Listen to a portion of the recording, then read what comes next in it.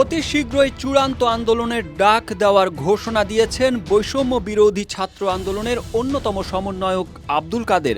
গতকাল এক ফেসবুক পোস্টে তিনি এ ঘোষণা দেন। পোস্টে তিনি লিখেছেন, খুলনা, সিলেট, ঢাকায় পুলিশ আমার ভাইদের ওপর আবারও গুলি চালিয়েছে। আমরা অতি শীঘ্রই চূড়ান্ত ডাক দিচ্ছি। আরেক স্ট্যাটাসে তিনি লিখেন, পুলিশ আবারও গুলি চালিয়েছে। সরকার তার গুন্ডা বাহিনীকে লেলিয়ে দিয়ে ছাত্র জনতাকে সংঘাতের দিকে ঠেলে দিচ্ছে।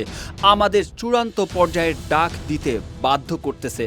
উদ্ভূত পরিস্থিতির সম্পূর্ণ দায় সরকারকেই নিতে হবে। এদিকে আজ সারা দেশে বিক্ষোভ মিছিল ও আগামীকাল রোববার থেকে সর্বাত্মক অসহযোগ আন্দোলনের ডাক দিয়েছে কোটা সংস্কার আন্দোলন প্ল্যাটফর্ম বৈষম্য বিরোধী ছাত্র আন্দোলন। আর তাই শিক্ষার্থীদের বিক্ষোভ কর্মসূচি ঘিরে রাজধানীতে সতর্ক অবস্থানে রয়েছে পুলিশ।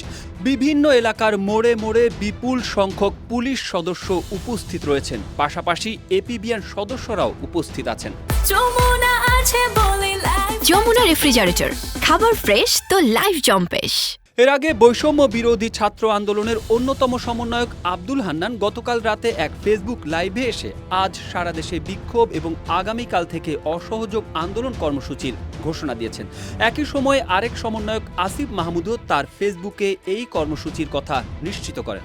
আব্দুল হান্নান বলেন, বৈষম্য বিরোধী ছাত্র আন্দোলনের পক্ষ থেকে আমরা স্পষ্ট ঘোষণা করছি যে আগামীকাল সারা দেশের প্রতিটি পাড়া মহল্লায় প্রতিটি জায়গায় বিক্ষোভ কর্মসূচি পালিত হবে।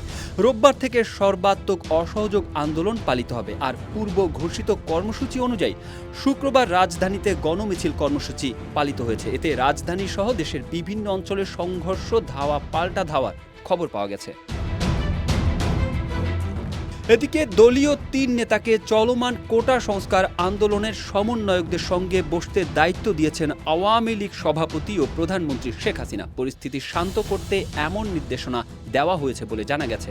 গতকাল শুক্রবার রাতে গণভবনে এক জরুরি বৈঠক ডেকে সরকার প্রধান তাদের এই দায়িত্ব দেন। দায়িত্বপ্রাপ্তরা হলেন আওয়ামী লীগের সভাপতিমণ্ডলীর সদস্য অ্যাডভোকেট জাহাঙ্গীর কবির নানক, যুগ্ম সাধারণ সম্পাদক মাহবুব উল আলম হানিফ ও কৃষিবিদ আফম বাহাউদ্দিন নাসিম।